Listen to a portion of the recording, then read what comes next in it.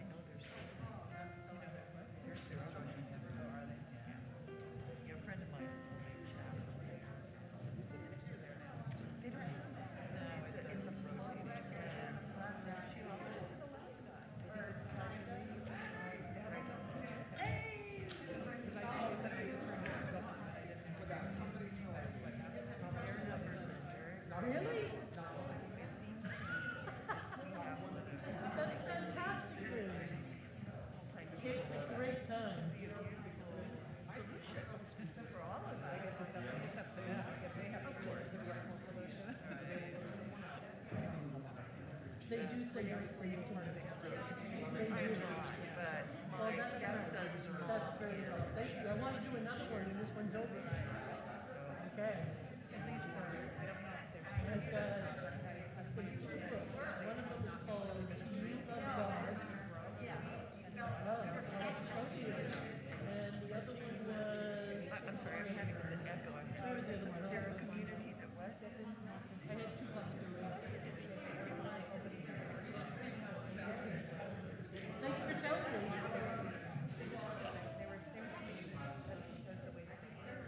But maybe a little too small. Well, Dana. Hello. Good morning. Hi, Jennifer. Hi, Revanina.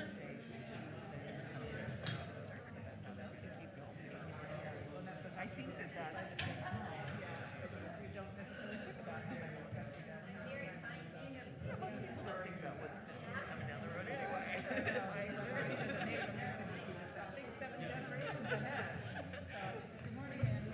Good morning. How are we today? Good.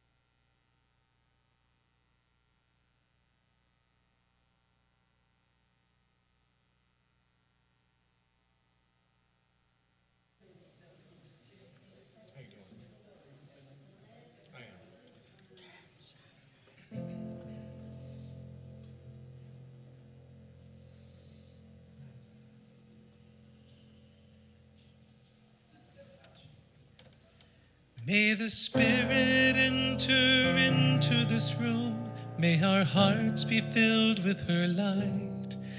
May she ever surround and protect us. And may always her beauty be here by our side. Our love has grown into a home, and suddenly everything I've learned has a place it can start. 'Cause finally love has come come and taken a place in our hearts. This is our welcoming. Open up and let it in. Feel it happening. Spirit's beckoning. Welcome to our welcoming.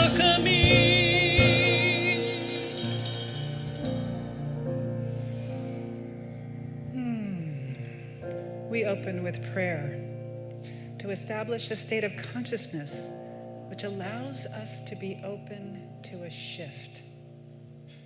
Opening prayer is a time of preparation for willingness to be shifted, to be opened, to evolve, to be open to growth, to be open to inspiration, to be open to opening, and to avail ourselves to the power of this moment.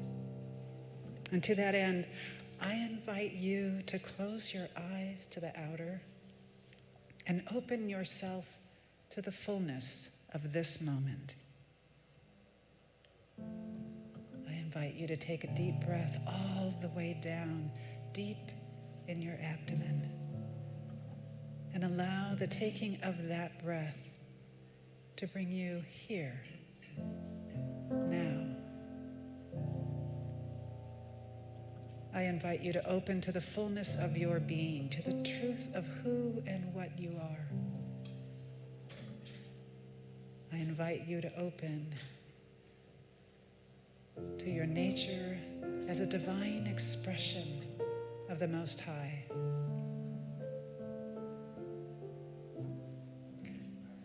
I invite you to open to the truth of being a soul dancing and playing in the world of matter. I invite you to be open to the shedding of the veil that keeps the belief in separation alive. I invite you to open to the wisdom that you are, the love that you are.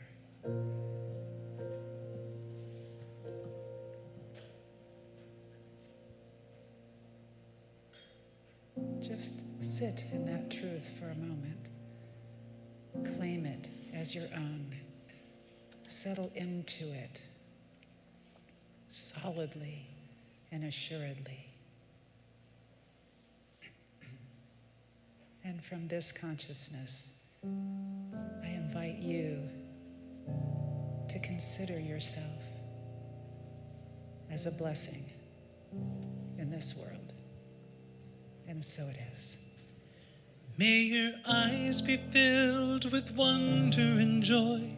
May your arms be filled with delight. May your heart be as easily opened as the moment of grace in the birth of a child. Love's gentle touch has shown me so much, and suddenly everything I've learned has a place it can start. 'Cause finally love has come and taken a place in our hearts. This is our welcoming. Open up and let it in. Feel it happening. Spirit's beckoning. Welcome to our welcoming.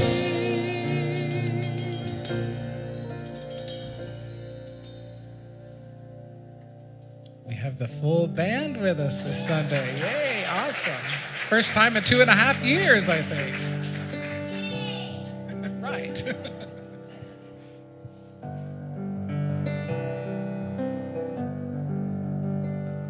If not now, tell me when.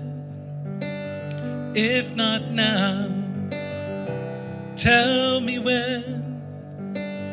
We may never see this moment or place in time again. If not now, tell me when. I see sorrow and trouble in this land. I see sorrow and trouble in this land. Although there will be struggle, we'll make the change we can. If not now, tell me when. If not now, tell me when. If not now, tell me when. We may never see this moment or place in time again. If not now, tell me when. I may never see the promised land. I may never see the promised land. Yet we'll take the journey and we'll walk it hand in hand. If not now, tell me when. If not now, tell me when. If not now, tell me when. We may never see this moment or place in time again. If not now, tell me when. We'll work it till it's done. Every daughter, every son, every soul that ever longed for something better, something brighter. And it will take a change of heart for this to mend. It will take a change of heart for this to mend. But miracles do happen, every shining now and then. If not now, tell me when. If not now, tell me when. If not now, tell me when. We may never see this moment or place in time again. If not now, tell me when. And miracles do happen, every shining now and then. If not now, tell me when.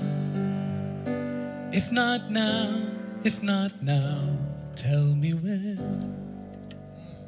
Thank you. Thank you so much. Thank you. A full band indeed. Good morning, Unity in Lynnwood. Good morning, Unity in Lynnwood. Always, it is the pleasure of a lifetime to bask in the nobility that is you. So let me begin by saying, for the privilege of our shared time, thank you. I begin by saying thank you. Thank you. My name is Dr. Richard Loren Held. I serve as the spiritual director for what I like to call an evolving, unfolding idea of oneness and possibility. It has a name. It's called Unity in Lynnwood. Thank you for knowing the name. Beautifully done. Beautifully done. Practical spirituality welcoming community. Oh, thank you for indulging me. Every week, I like to remind myself of the depth of these 4 short words. This week, I offer the 5th of 6 points, which we developed in conversation with your Board of Trustees beginning in late 2014. You're welcome to read this with me, or to allow it to have its way with you as you so choose. Today, the 5th statement reads, we actively seek and enthusiastically include truths from all great spiritual traditions. If you would like to pray with someone following the conclusion of our time together, Unity in Lynnwood proudly offers trained chaplains eager to support you in this fashion. I invite the chaplains available to you today to now raise their hands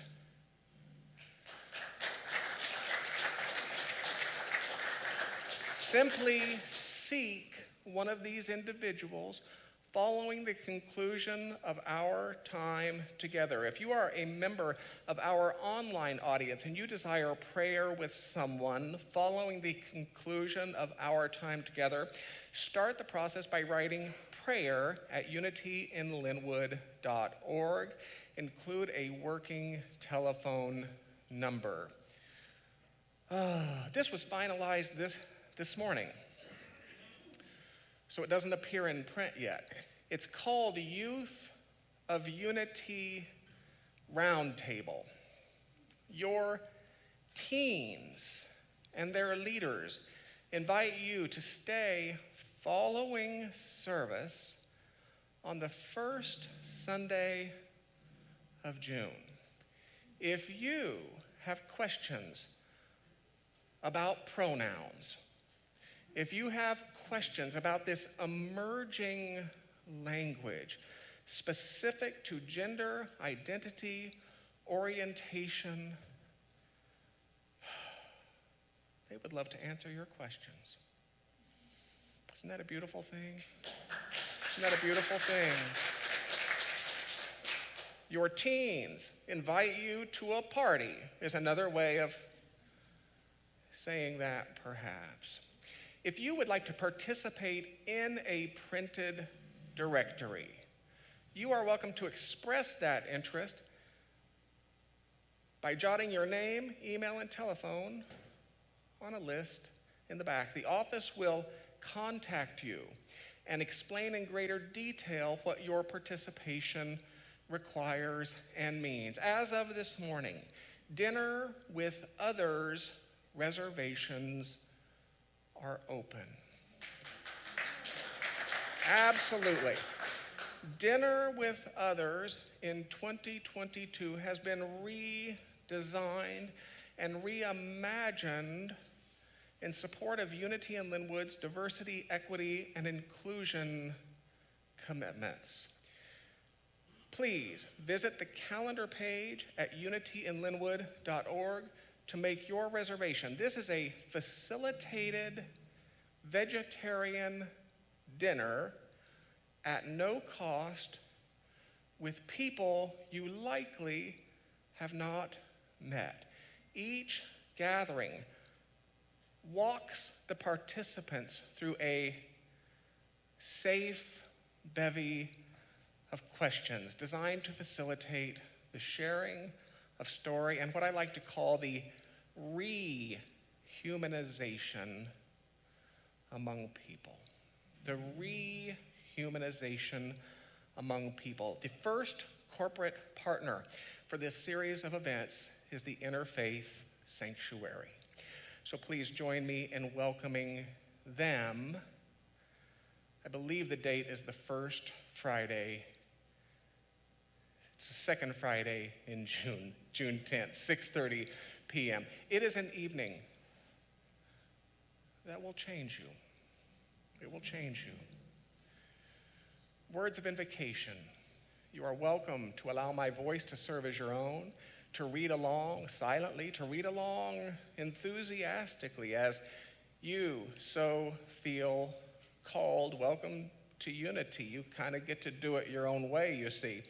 The words written are, though imaged and named variously, there is a singular and eternal ground of being from which all life emanates and into which all life retreats. We choose to call this ground of being God. By extension, we come to understand that we are spiritual in nature, human in expression, and limitless in potential. We gather today to remember such truths, to celebrate our unity, and to honor all life. And so it is, and so it is. Welcome back, Bev and Jennifer. Bravo, crew. Nice job. Nice.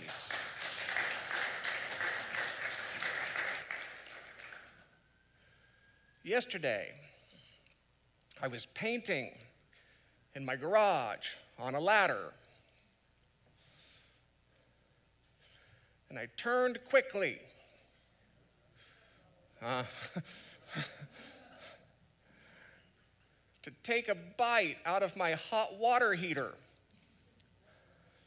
And it won. So today, I'm wearing my mask because there is a grand hole where once there was a tooth. You know you will not see.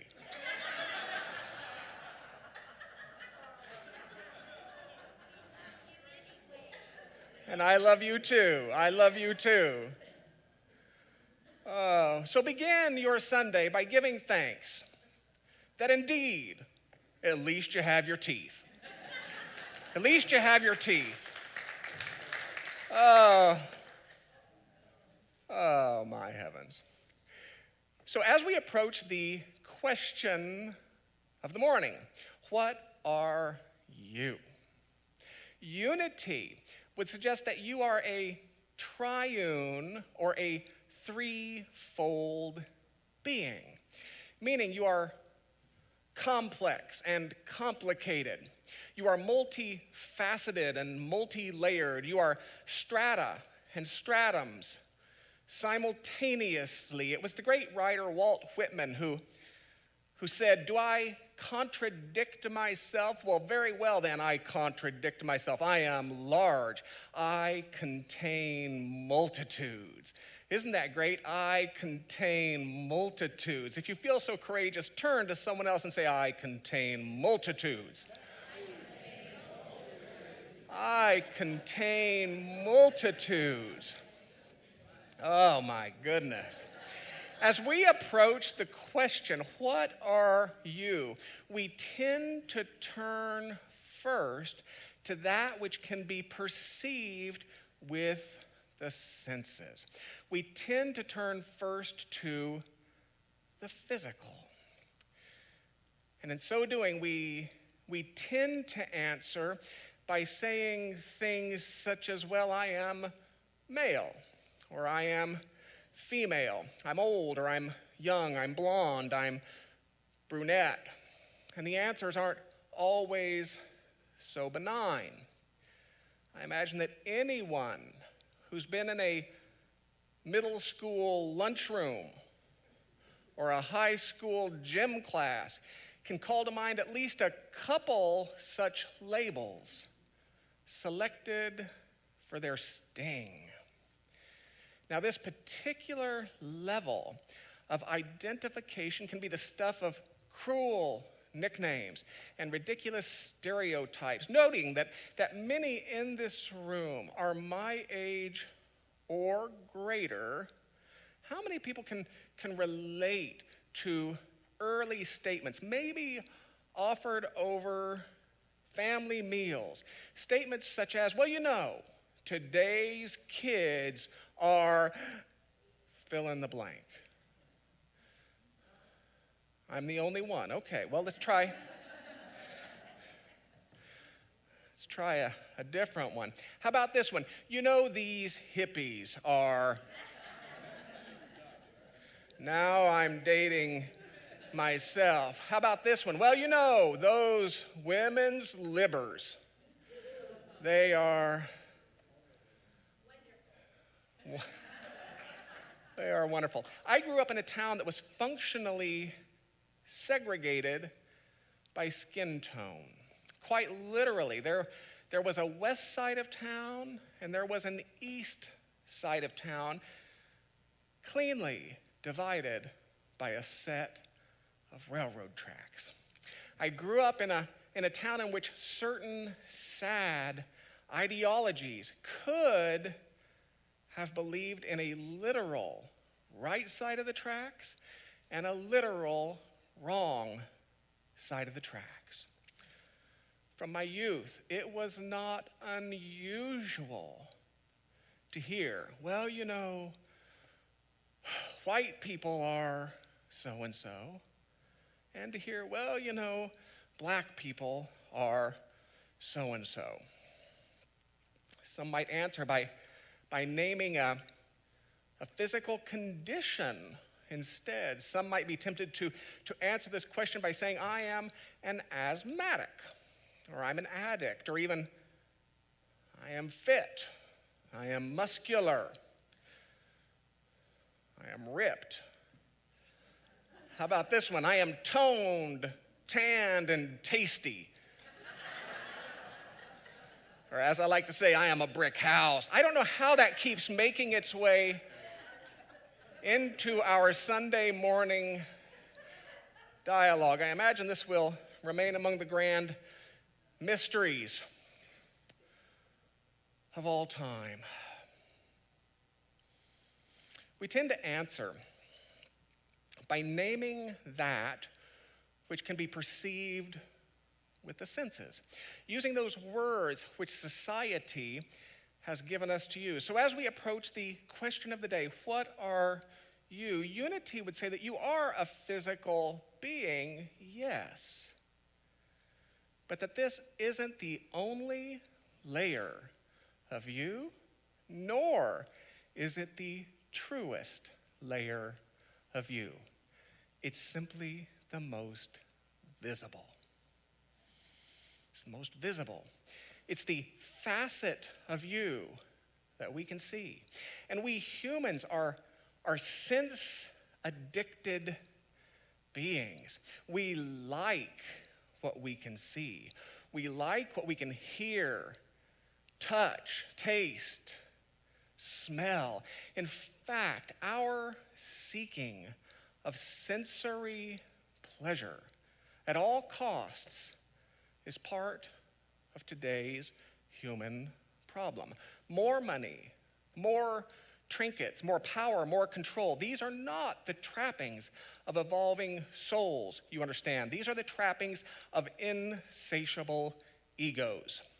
In our virtually unlimited capacity to create, that we create for the addictions of the sensory self over the inspirations of the highest self is a very real issue in today's world. I might say that the fact that we can create it, whatever it is, doesn't necessarily mean that we should. Of these layers of you, the physical you exists more at the level of effect. The physical you is changeable. The physical you is malleable. It is fluid. The physical you is a reflection of deeper layers of self doing deeper works. The physical you is something of a reflection of what the mental you and the spiritual you are dancing. The physical you is at best thought of as the image in the mirror you see. It's not the one causing the image. Imelda Shanklin, a great unity teacher and thinker, Imelda Shanklin wrote that the physical self, even our conditions and relationships, are as cosmic fingerprints of inner dynamics at work. And I think there's truth in this. Now, while I don't believe that we have unilateral control over everyone and everything, in other words, while I don't believe we singly create every condition in our lives, the outer conditions will always change when we do an inner work. That's why I say, if you want a changed outer, start with a changed inner. So yes, the idea of the inner world, let's say the idea of consciousness as being causative to effect, is a good idea. But we have to remember that not only do we have an inner world individually, we have an inner world collectively. Not only do we have consciousness individually, we have consciousness collectively. So to always assume responsibility doesn't mean to always assume blame. And as we approach the question, what are you? We often turn to matters mental. According to Shanklin, her book, by the way, is entitled, What Are You? It's a great book. According to Shanklin, this identification with the mental layer of self tends to reveal matters of esteem, matters of capability. It tends to reveal matters of belief and accomplishment, titles, limitations, and so forth. As we approach the question, what are you? We might find ourselves answering, well, I am intelligent. I hold 12 degrees from the University of such and such. I've been published in the magazine of such and such. I hold an award from the Association of such and such. And so forth. Or as Stewart liked to say back in the 90s, I'm good enough. I'm smart enough. And doggone it, people like me.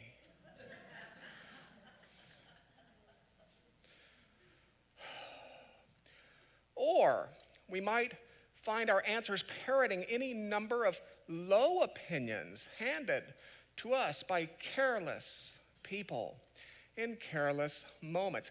We might find ourselves answering even if silently. You know, I'm not really the brightest bulb in the box. Or I'm not good enough. Maybe I'm not smart enough, and maybe people don't like me. I have a cherished friend who loves music, who is infinitely musical, who has innate and real capabilities and sensibilities, who has contributions to make. But this friend was told that he can't sing. And so it is that this individual tends to answer, yeah, I would love to sing in that ensemble, to participate in that concert. I'd love to join in that experience, but I can't sing. Careless people in careless moments that somehow continue to inform the people we might become and the lives we might live, sometimes even years later. It is rich to realize that the smallest, even cruelest ideas of people, sometimes long ago dead, can remain vibrantly alive through us when we refuse to challenge them.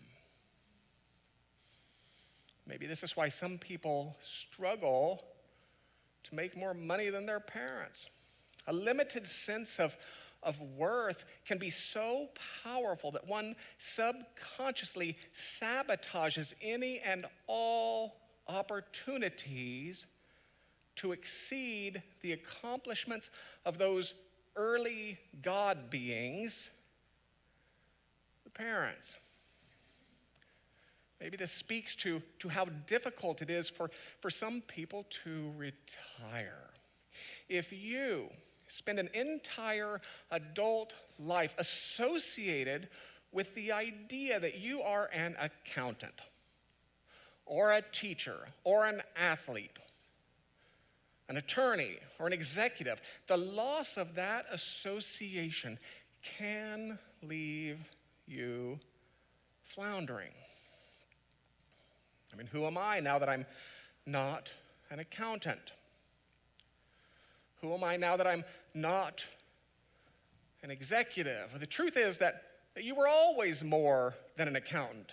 You were always more than an executive. You just forgot. You forgot. The universe conspires to strip us of our small ideas of self in ways such as this. Unity would suggest that, yes, you are a mental being, but that this isn't the only layer of you, nor is it the truest layer of you. And you'll notice that from that layer of you that we call physical, to that layer of you we call mental, the layers become less visible. Our conversations about what we are become more abstract. I'm sure we can experience each other as mental beings with thoughts, with beliefs, visions, dreams, aspirations, and talents, and even developed capacities. But we can't really see those thoughts. We can't really see those beliefs. We can't really see the capacities. Maybe it would be better said that we see the evidence of them. We see the evidence of thoughts. We see the evidence of beliefs. We see the evidence of capacities. We see them at work, maybe. We see them at work. Shanklin would go on to say that this growing abstraction, if you will, from those layers of self that can be seen to those which are beyond sight, from those layers of self that can be changed to those which remain unchangeable, from those layers of self that are temporary to those that are eternal, is a shift from a personal self to an impersonal self. Oh, I contain multitudes indeed. She references the great conversation between Peter and Jesus in this. When Jesus asked, "Who do you say I am?" Peter didn't answer by saying, "Well, you're the son of a carpenter." Peter didn't answer by saying Jesus was an itinerant rabbi or a social change agent. Peter didn't even answer by saying that Jesus was powerful or capable or wise or talented. Peter answered by saying, "You are of God. You are of God." And Jesus basically answered by saying, "Oh, right on. Right on. Thanks for getting it. Thanks for getting it. Thank you for seeing beyond flesh and bone. Thank you for seeing beyond what can be seen or touched. Thank you for seeing beyond the personal self of me to the impersonal self of me." It's been said that we who associate strongly with the personal layers of self are like those suffering from amnesia. We who associate only with the personal layers of self are likened to those who can't remember their names, those who can't find their homes, those who cannot remember their purposes. We are likened to those who are completely unconscious as to their identities.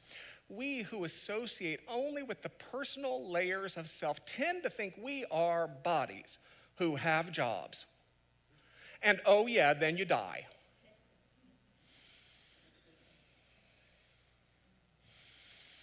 then one day, she writes, but then one day there comes a flicker. There comes a flicker. If you have ever been privileged to share in the universal experience we call death, you might know such a flicker. You might know a single moment in which your ideas of beginnings and endings, even your definitions of life and death, they begin to crumble. I have never been with a dying person without a deep sense that what the eyes are seeing, in other words, what the senses are revealing, that's not what's really happening. That's not what's really happening. And Shanklin goes on to say that flicker, what starts as a flicker, becomes a beam. Now, maybe that beam takes form as a shift so profound that the life you have lived to a certain point quite simply is no longer an option for you. I will save you the details, but I can stand before you today and I can promise you that it is possible. It is possible that the person you have been can change dramatically, effortlessly, and permanently. I can promise you that. And finally, she promises, that beam becomes the full light of recollection. One might speculate that those who represent our planet's avatars, our planet's gurus and Christs, bodhisattvas, enlightened beings, are among those who live in the full light of remembering. And so it is that in addressing the question, what are you? It can be said that you are a soul yearning to remember its divine nature. You are a soul yearning to remember its divine nature. A soul yearning to remember that it too, as Peter recognized, is of God. It can be said that you are a soul that has become so enamored with the physical parts you carry that you've forgotten the life that animates those parts. A soul that has become so enamored with the thoughts you think that you've forgotten the mind that provides those thoughts. It's our Hindu brothers and sisters who say something to the effect that for as long as we identify with the personal layers of self, for as long as the world of bodies and trinkets and sensory delights, for as long as it entertains us, be entertained. Be entertained. Enjoy it. For as long as it is having its way with you, have your way with it. It's okay. But eventually, it won't be enough. Eventually, it won't be enough. Eventually, the impersonal layers of you will demand to be recognized. And in such a moment, these are Shanklin's words, in such a moment, all common fears will vanish. Even that core fear of human death will evaporate.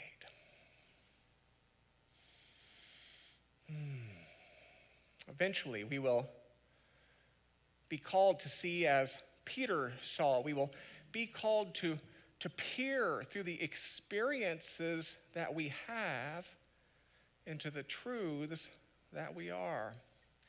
We will be called to that grand healing of remembrance that declares, I might be rich or poor, I might be famous or anonymous, I might be popular or otherwise, but at the deepest levels, I am of God.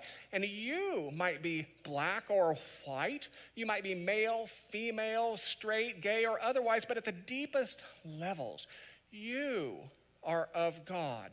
And while we might be birthing or dying, laughing, crying, sowing, reaping, building up, or otherwise, at the deepest levels, we are of God.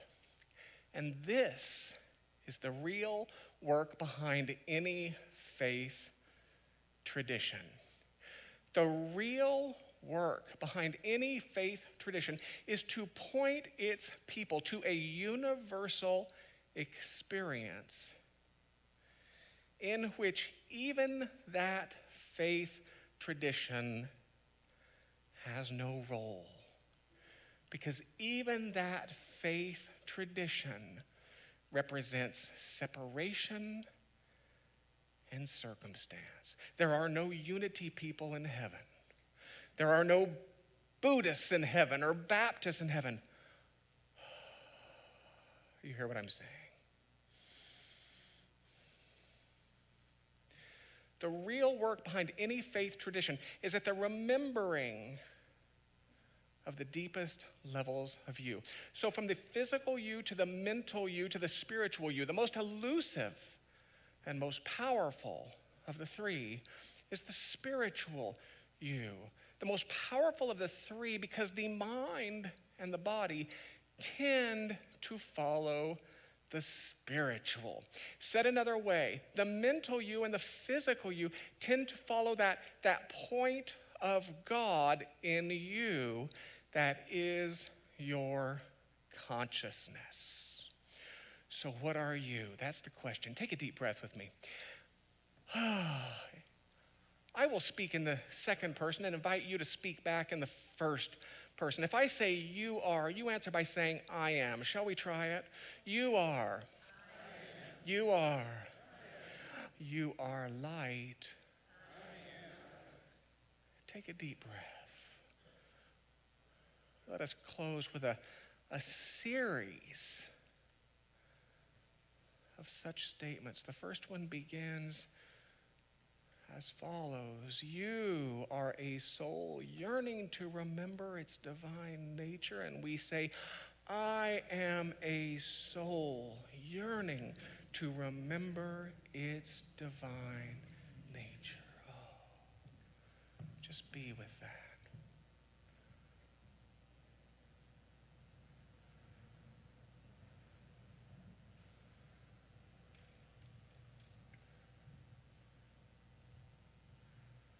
Are you?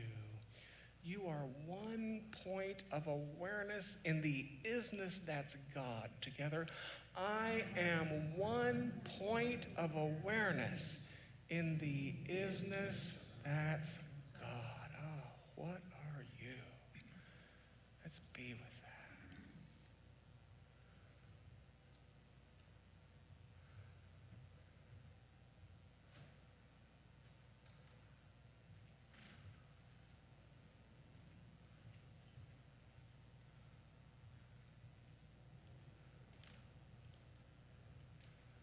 What are you? You are eternity cloaked in linear time together. I am eternity cloaked in linear time. Allow that to have its way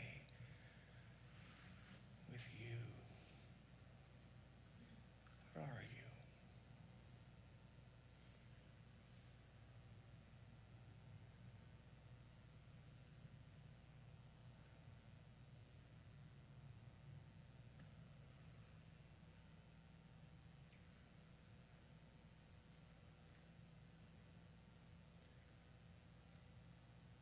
What are you? You are formlessness playing with matter. Together, I am formlessness playing with matter. What are you?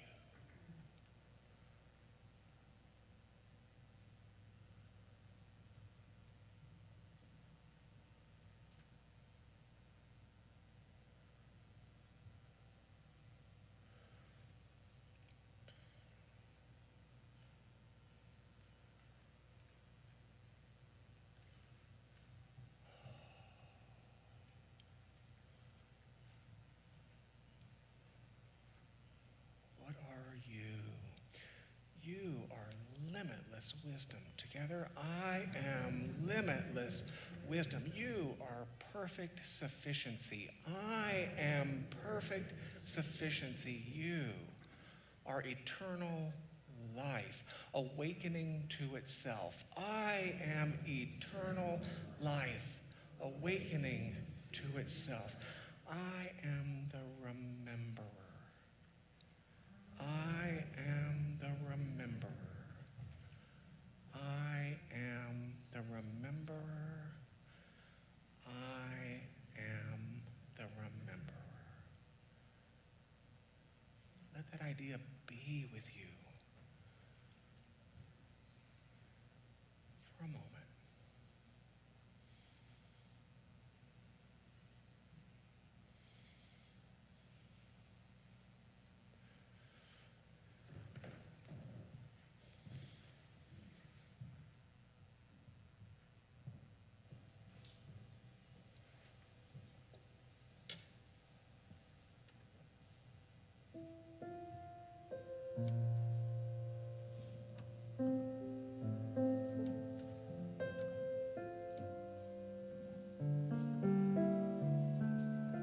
When I forget,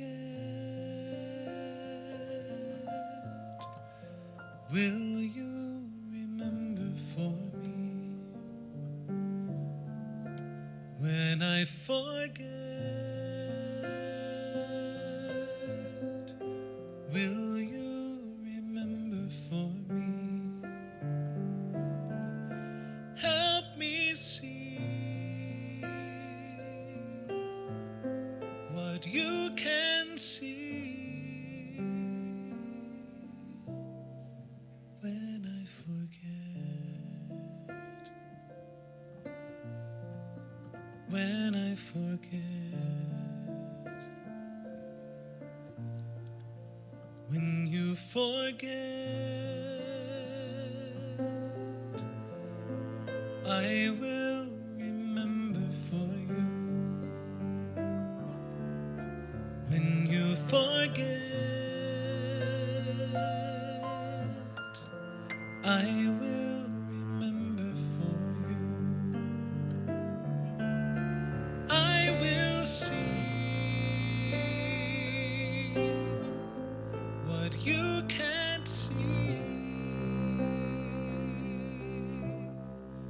When you forget,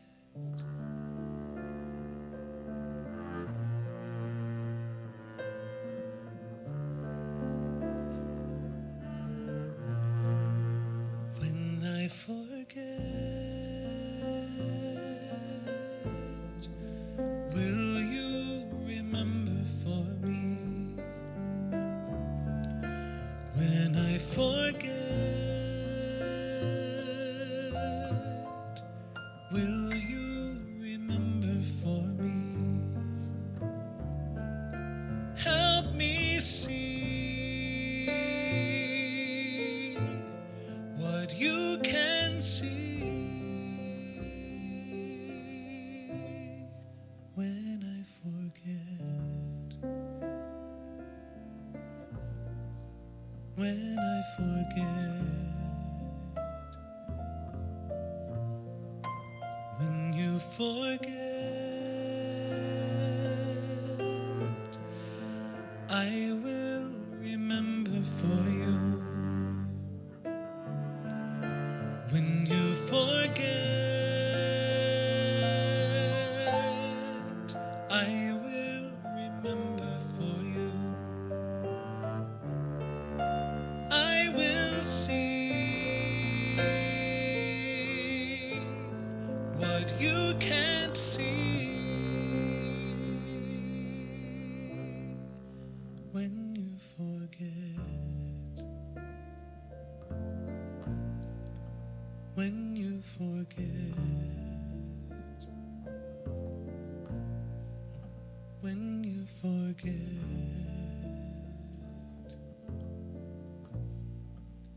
when you forget.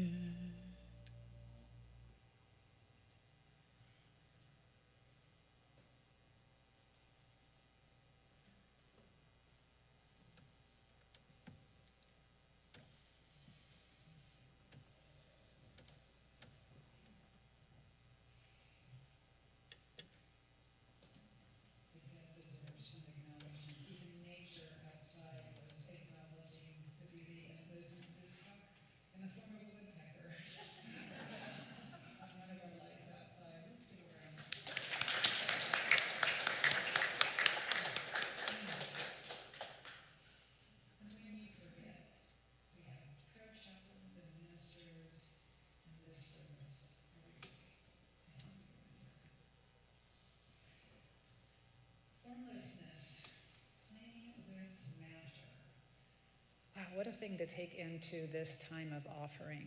I was touched by the idea that we often think of prosperity in terms of form. We think in terms of it, money or a paper check or a credit card or the things that those things purchase for us. But that's not what abundance is. Dr. Richard said, it is perfect. I am perfect sufficiency. And that is what abundance is, standing in that flow of divine circulation, energy flowing in, energy flowing out. As we move into offering, would you say that again with me? I am perfect sufficiency. I am perfect sufficiency. Dr. Richard has created a giving form, or giving note. I'm not really sure what to call it. What would you call this? A pamphlet. But there's so many good ideas on here that I just encourage you to pick one up and read it. Take it home and just really allow yourself to embody the ideas here. And one of the things it says on the back is the word tithe means a tenth. And for some, tithing conjures fear. And I know when I first stepped into a new church, tithing conjured all kinds of fear in me. And so many of us don't start our spiritual journey by tithing 10%. So we encourage you here at Unity in Lynnwood to begin with an amount that allows a sense of excitement and fulfillment. And then imagine how good it would feel to be able to give a little bit more. And there's several different ways to understand standing in that flow of giving, of reciprocation. And he said, understanding your giving as a vote. Give to those organizations which share and further your commitments to a better world. And their giving options appear on the screen. And if you'd like information about our program of regular or recurring giving, you can contact the Reverend Nina Clark. She'd be happy to help you. And for planned or legacy giving, please write Dr. Richard directly. Thank you. Blessed always, blessed always, for the arms of God surround us. Let our joy be so triumphant that we rest in God and say amen. Blessed always, blessed always, for the arms of God surround us. Let our joy be so triumphant that we rest in God and say amen.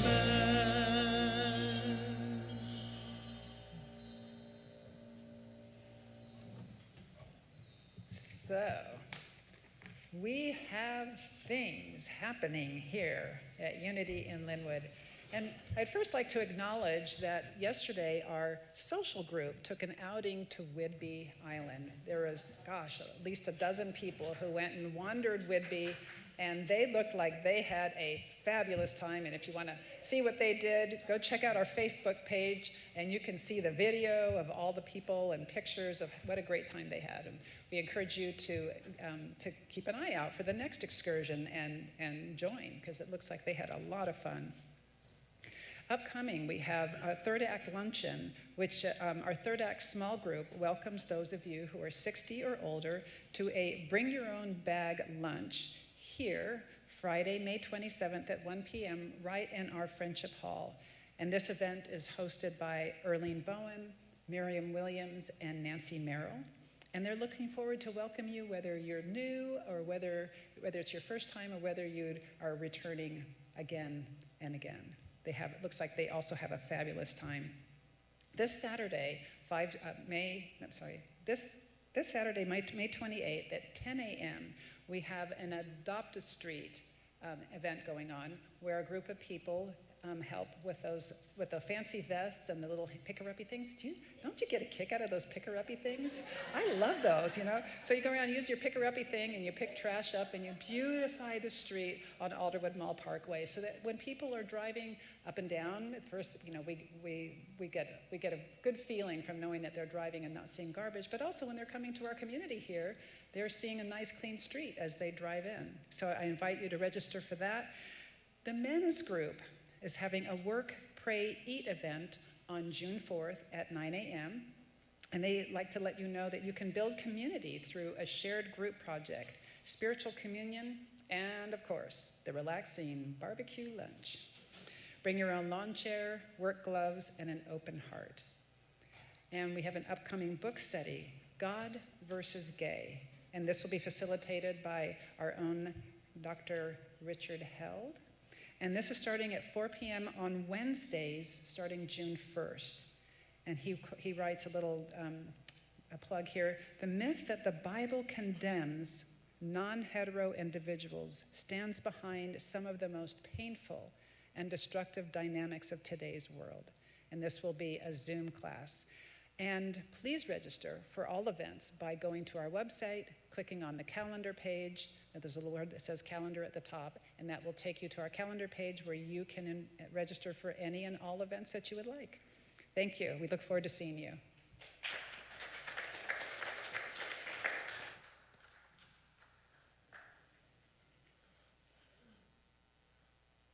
Picker-uppy things. Oh, well, at least you have all your teeth. That's the good news. You have all your teeth. Imagine, I mean, what if I'm right? What if we ascend that ladder of spiritual understanding only to realize that there's something that transcends our countless identities as human beings? What if we ascend the ladder of spiritual understanding to realize that we're all made of the same stuff? It would be pretty humbling for some of us who have the right way, who belong to the right club, I dare say. The idea that spiritual understanding takes us to a place where even our faith traditions can't follow. There's an idea for the week. If you felt soul nourished, please thank a prayer chaplain today. Your prayer chaplains have been holding you in prayer throughout this service today. Please thank them.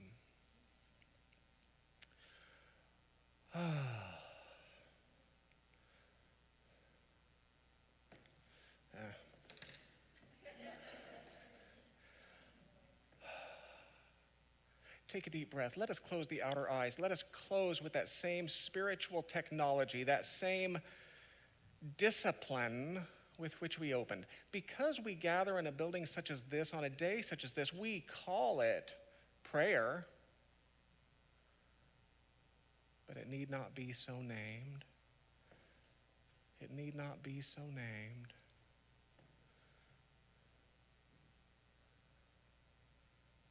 And as we prepare to re-enter the world of effects such as it is,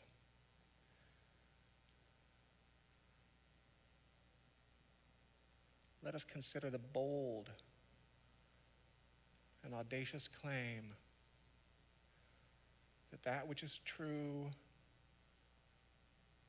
of that dimension we call God must certainly be true of us, in the sense in the sense that that which is true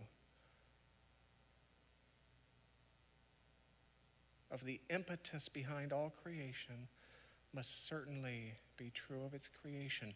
So let us go into the world of effects, buoyed, encouraged, faith-filled, with the suggestion that the wisdom we call God is alive within us, that the harmony we call God, some prefer the word love, is the harmony of us. It's the love of us. That the life we call God, the eternal isness, that I amness, that beingness itself of old,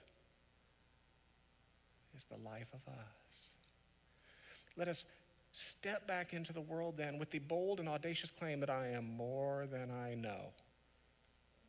I am more than I think I am. We are more than we've imagined. So for what hope this would ignite, for what gratitude this might awaken, let us not abandon it here, though it's welcome, but let us carry it forth. The world is waiting for the light of you.